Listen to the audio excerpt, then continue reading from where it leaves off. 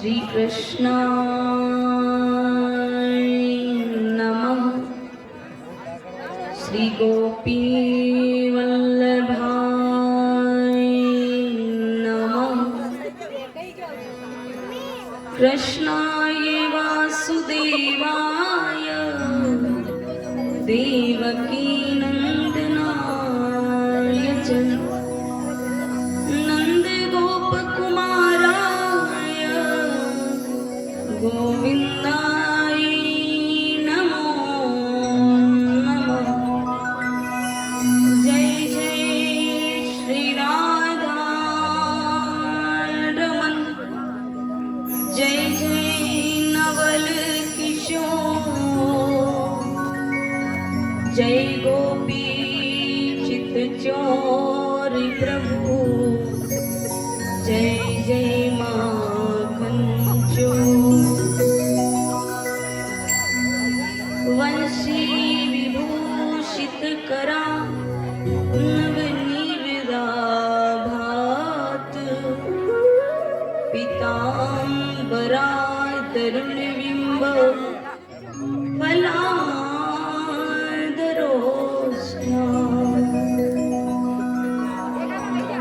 पूर्णेन्दु सुंदर मुखादर बिंद नेत्राद, कृष्णात् परं किमपि तत्त्वहं न जाने। सच्चिदानन्दरूपाय विश्वोत्पत्त्यादिहेतवे तापत्रय विनाशाय श्रीकृष्णाय वयं नमः। कृष्णं नारायणं वन्दे, कृष्ण वन्दे प्रजाप्रियं, कृष्णं द्विपावनं वन्दे, कृष्ण वन्दे प्रथासुतं। श्री राधे मेरी स्वामिनी, मेरा राधे तेरी राह, जन्म जन्म मोह दीजियो श्री वृंदावन को वाह। या देवी सर्वभूतेषु दयारूपेण संस्थिता, नमस्तस्यै नमस्तस्यै नमस्तस्यै नमो नमः। श्री गोवर्धननाथ की जय, द्वारिकाधीश की जय। हरि ओम नमो पार्वती पतये, हर हर महादेव।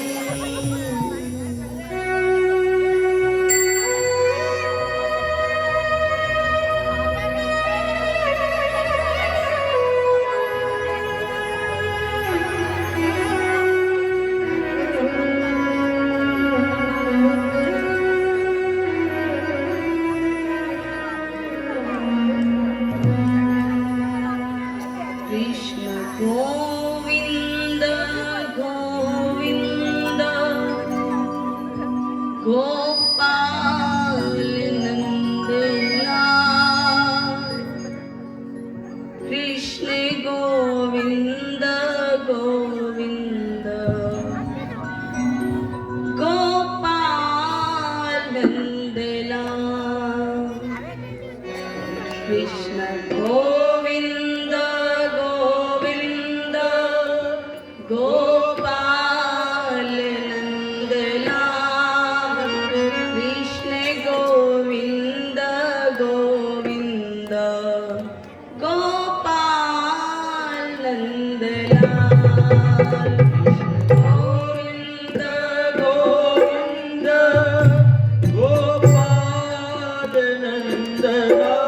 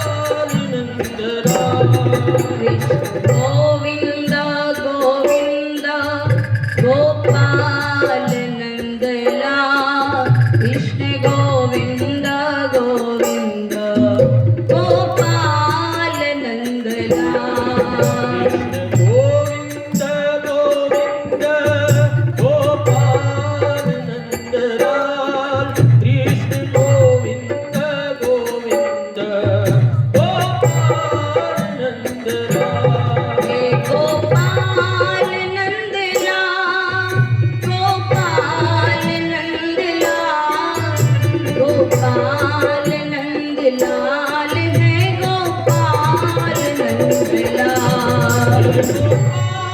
नंदलाल गोपाल नंदलाल गोपाल नंदलाल गोपाल नंदलाल हे गोपाल नंदलाल गोपाल नंदलाल गोपाल नंदलाल है गोपाल नंदलाल गोपाल नंदलाल गोपाल नंदलाल गोपाल नंदलाल गोपाल नंदलाल कृष्ण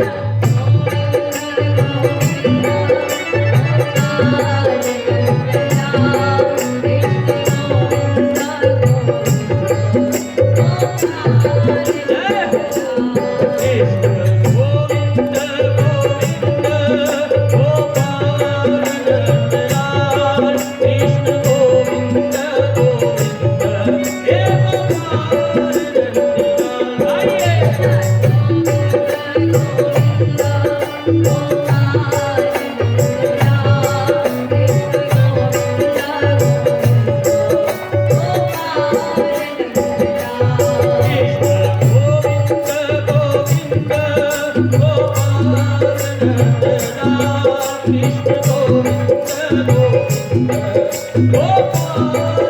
हे गोपाल नंदलाल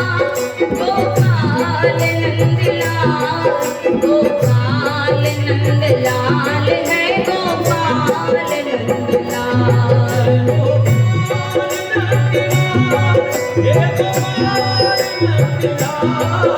गोपाल नंदलाल हे गोपाल नंदलाल गोपाल नंदलाल गोपाल नंदलाल है गोपाल नंदलाल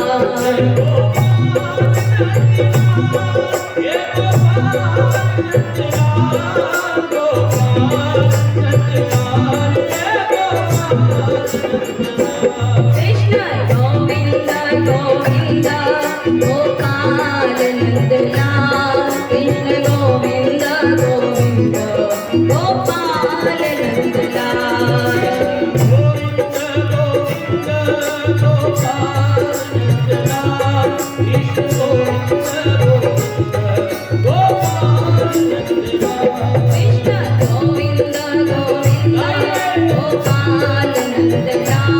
कृष्ण गोविंद गोविंद गोपाल नंदलाल कृष्ण गोविंद गोविंद गोपाल नंदलाल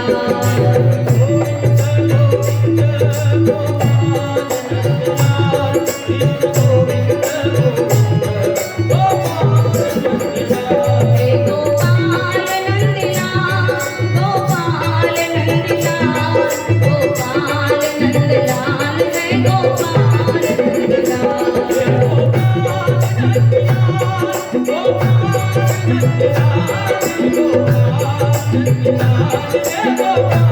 हे गोपाल नंदलाल गोपाल नंदलाल गोपाल नंदलाल है गोपाल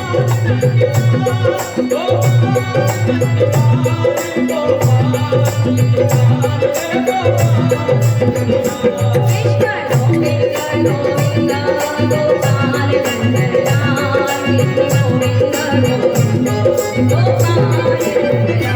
कृष्ण गोविंद गोविंद गोपाल नंदलाल कृष्ण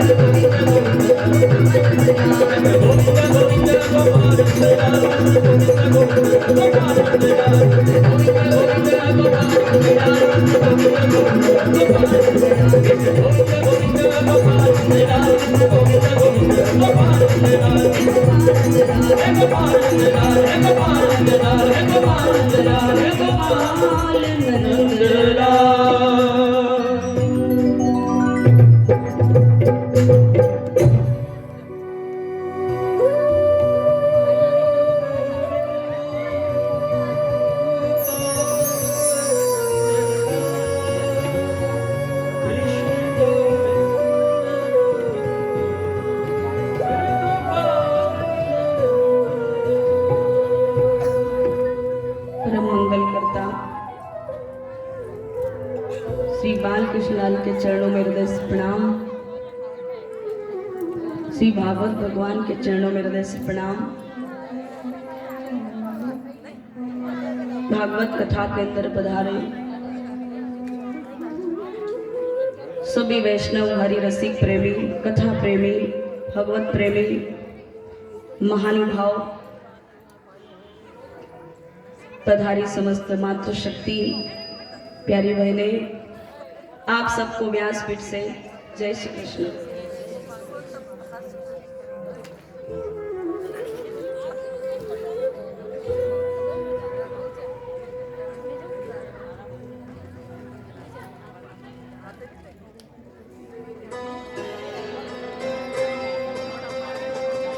नाथ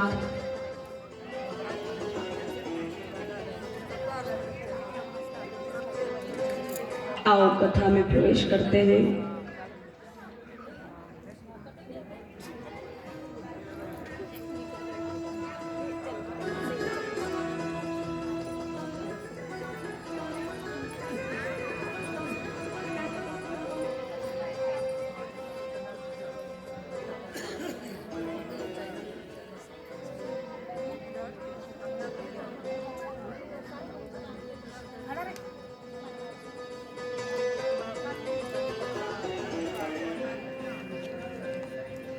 नाथ,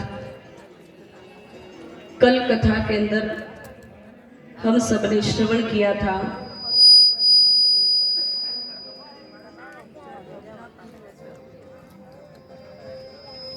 परीक्षित जी महाराज जब कलयुग ने अपने लिए जगह मांगी, परीक्षित जी महाराज ने अपने राज्य में उनको 4 स्थान दिए। सबसे पहले जुए के अंदर दिया, फिर मदिरा के अंदर दिया, पर स्त्री गमन के अंदर दिया, और चौथा हिंसा के अंदर दिया। जहां पर अत्याचार होता है, पापमय जब संसार हो जाता है, धर्म की जहां पर हानि होती है, वहां हिंसा होती है, वहां पर कलयुग का वास होता है। अब कलयुग ने जब परीक्षित जी महाराज ने ऐसे स्थान दिए तो कलयुग विचार करने लगा कि अरे महाराज, आपने मुझे जगह भी दी, कृपा भी करी, मैंने तो सुना था कि आप बड़े दयावान हैं, आपने मुझे स्थान भी दिए तो ऐसे कि जहां पर कोई सज्जन व्यक्ति, धार्मिक व्यक्ति, अच्छी विचारधारा वाला व्यक्ति आ ही नहीं सकता। अब मुझे कोई अच्छा स्थान तो दीजिए जिसे हर एक जीव मुझे चाहे, मेरी चाह करे और मुझे पाने के लिए आए और मुझे धारण करे। क्या कहा कलयुग ने? मुझे ऐसा स्थान दीजिए हर कोई मुझे चाहे। अब परीक्षित जी महाराज अकस्मात उनके मुख से निकल जाता है धातु नाम अस्मि कांचनम। परीक्षित जी महाराज ने कहा धातु नाम अस्मि कांचनम यानी सोने के अंदर आपका वास होगा। पांचवा स्थान सोने के अंदर दिया। अब यहाँ पर मेरी माताएं बहनें, इतनी प्यारी प्यारी माताएं बहनें सोने धारण करके आई, कानों में बड़े बड़े झुमके, टीका, गले में सोने का हार, बाजू बंद, नाक में नथनी, हाथ में सोने का कंगन, इतना बढ़िया बढ़िया पहन के आई। राम जी, इसमें तो कलयुग का वास है। एक काम करो ना माताएं बहनों, भागवत जी को अर्पण कर दो।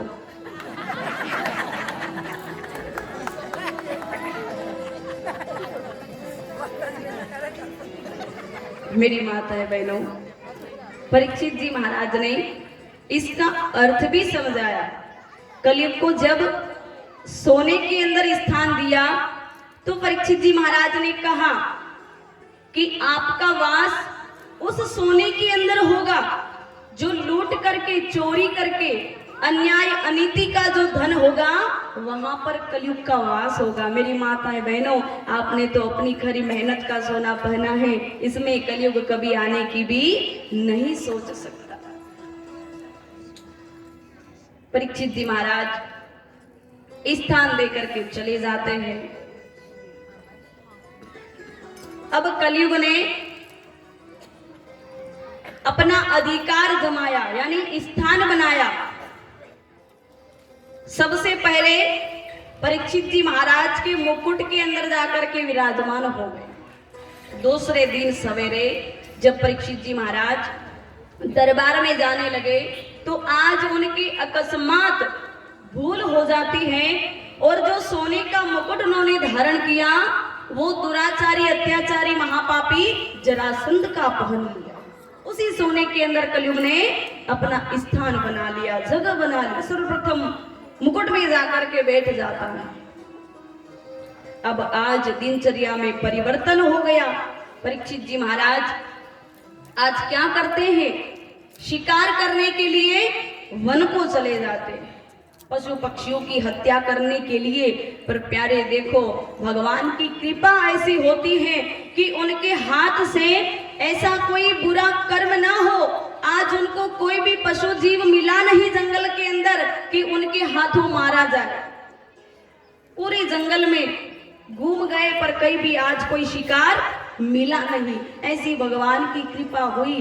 पर अंत में जब वो थक जाते हैं, प्यास लगी, चलो शमीक ऋषि के आश्रम पर चलते हैं। कुछ दूरी पर शमीक ऋषि का आश्रम था, वहां पर जाकर के अब शमीक ऋषि तो अपनी साधना में बैठे हैं। परीक्षित जी महाराज जब उनकी कुटिया पर गए, ध्यान में बैठे और शमीक ऋषि को आवाज लगाने लगे कि महाराज मुझे बड़ी प्यास लगी है। भाई पानी की प्यास इतनी जोर से लगी, भाई सुना कि शमीक ऋषि का आश्रम निकट है, गुरुजी का आश्रम निकट है, प्यास बुझाने के लिए यहाँ पर आया हूँ गुरुदेव। पानी पिला दीजिए। अब गुरुजी अपनी साधना में बैठे हैं, उनका ध्यान नहीं रहा कि नगर के राजा आए हैं, बहुत देर हो जाती है। परीक्षित जी विचार करने लगे, ऐसे कौन से ऋषि हैं, ऐसे कौन से गुरु हैं, अरे अपने नगर के राजा आए हैं फिर भी नगर के राजा का सम्मान करना नहीं जानते। अरे इनको पता नहीं मैं कौन हूं, ये मेरे ही राज्य में रह करके मेरा अपमान कर रहे।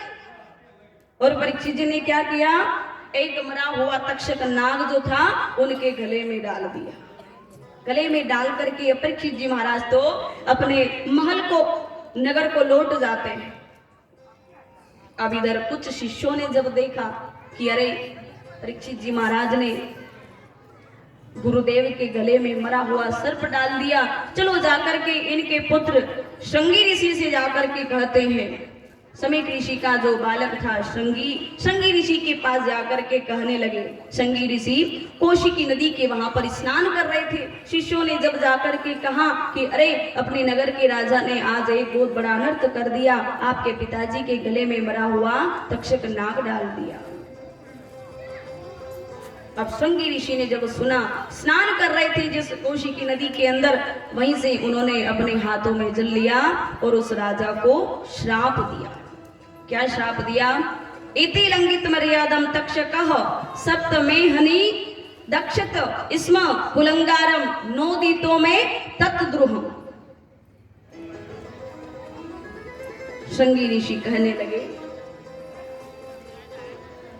कि जिस राजा ने मेरे पिताजी के गले में जो तक्षक मरा हुआ सर्प जो गले में डाला है, उसी तक्षक नाग के 7वें दिन डसने से परीक्षित जी महाराज की मृत्यु हो जाएगी। 7वें दिन उसी तक्षक नाग के डसने से। ये श्राप जब श्रृंगी ऋषि के द्वारा दिया गया और श्रृंगी बालक जब अपने पिताजी के पास में आए, पिताजी से आकर के वो गले में जो मरा हुआ सर्प था उसको अलग रखा और पिताजी से कहने लगे, पिताजी आप चिंता न करें, जिस राजा ने ये जो आपके गले में मरा हुआ सर्प डाला है, चिंता ना करें, मैंने वो सारा काम कर दिया। अब समीक ऋषि को पता नहीं कौन से राजा आए थे और क्या किया। यहाँ पर जब श्रृंगी ऋषि कहने लगे कि अपने नगर के परीक्षित जी महाराज आए थे, अरे वो तो बड़े दयावान हैं, गुणवान हैं, सुशील हैं, प्रजा प्रिय हैं, जगह जगह उनकी चर्चाएं होती है, पर आज यहाँ पर पिताजी उन्होंने एक अच्छा नहीं किया, आपके गले में मरा हुआ सर्प डाल दिया, तो पिताजी मैंने भी उनको श्राप दे दिया। अभी कहा नहीं कि श्राप क्या दिया है। पिताजी ने कहा, अरे बालक तूने ऐसा कौन सा श्राप दे दिया, पहले जाना तो होता, मन को तो जाना होता, श्राप क्या दिया है। तब श्रृंगी ऋषि कहने लगे, पिताजी जो मरा हुआ तक्षक नाग आपके गले में डाला है, उसी तक्षक नाग के डसने से 7वें दिन उनकी मृत्यु हो जाएगी। समीक ऋषि जब बालक के मुख से सुना, बड़ी व्याकुल हुए, चिंतित हुए। अरे पुत्र तुझे इतना भी नहीं पता, ये वही परीक्षित जी महाराज हैं जिन लक्ष्मी नारायण भगवान श्री कृष्ण ने गर्भ के अंदर जाकर के दर्शन दिए। अरे तूने उनको श्राप दे दिया, ये ठीक नहीं किया। अरे उनको तो पता भी नहीं 7वें दिन उनकी मृत्यु हो जाएगी, जाकर के सूचना देना होगी। और यहाँ पर समीक ऋषि परीक्षित जी महाराज के पास में आते हैं और परीक्षित जी महाराज से आकर के कहने लगे, राजन भूल हो गई, क्षमा कर दीजिए। अब परीक्षित जी महाराज को पता नहीं है। अब जैसे ही समीक ऋषि ने जाकर के कहा कि मेरे पुत्र से, श्रृंगी से एक थोड़ी गलती हो गई, पता नहीं था, श्राप दे दिया, 7वें दिन तक्षक नाग के डरने से काल आएगा, आपकी मृत्यु हो जाएगी। तो यहाँ पर परीक्षित जी महाराज ने जब मृत्यु के बारे में जाना तो तनिक भी मन में दुख नहीं हुआ। यहाँ पर परीक्षित जी महाराज की जगह यदि हम होते तो घबराने लग जाते हैं। जब सांस फूलती है ना तो भी घबराने लग जाते हैं, अरे अब तो मर जाएंगे, मृत्यु हो जाएगी, ये हो जाएगा, वो हो जाएगा। तन क्षण भर भी यदि हमें इस तन के अंदर दुख होता है, परेशानी होती है, मन बेचैन होने लगता है, व्याकुल होने लगता है, तब हम घबरा जाते हैं कि अब तो मर जाएंगे, मृत्यु हो जाएगी। पर यहाँ पर देखो परीक्षित जी महाराज को जब सुना कि 7वें दिन मृत्यु होने वाली है, फिर भी मुस्कुरा रहे हैं। और क्यों मुस्कुरा रहे? परीक्षित जी महाराज कहने लगे, अरे श्रृंगी ऋषि ने आज जो मुझ पर कृपा करी है, कौन सी कृपा? वो कहने लगे परीक्षित जी महाराज, अतः प्रक्षामि संदिधि योगी नाम परम गुरु।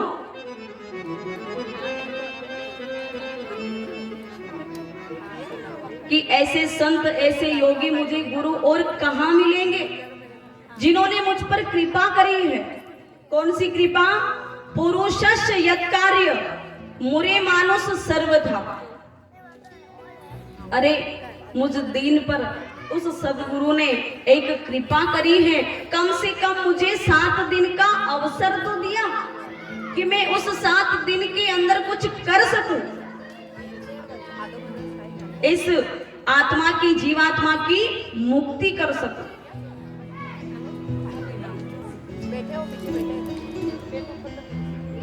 मेरी माताएं बहनों, परीक्षित जी महाराज का ये सुंदर भाव आज शमीक ऋषि ने जब सुना, बड़े प्रसन्न हो जाते हैं। धन्य है परीक्षित जी महाराज, आपकी उदारता। बेटे से अपराध तो हो गया, फिर भी आपने आज संत की उपाधि दे करके आज अपनी मृत्यु को भी आपने धारण कर लिया है। 7 दिन का अवसर परीक्षित जी महाराज को मिला है, केवल 7 दिन। और हमारे पास कितना समय है, कितना लंबा जीवन तो हमारा निकल गया है।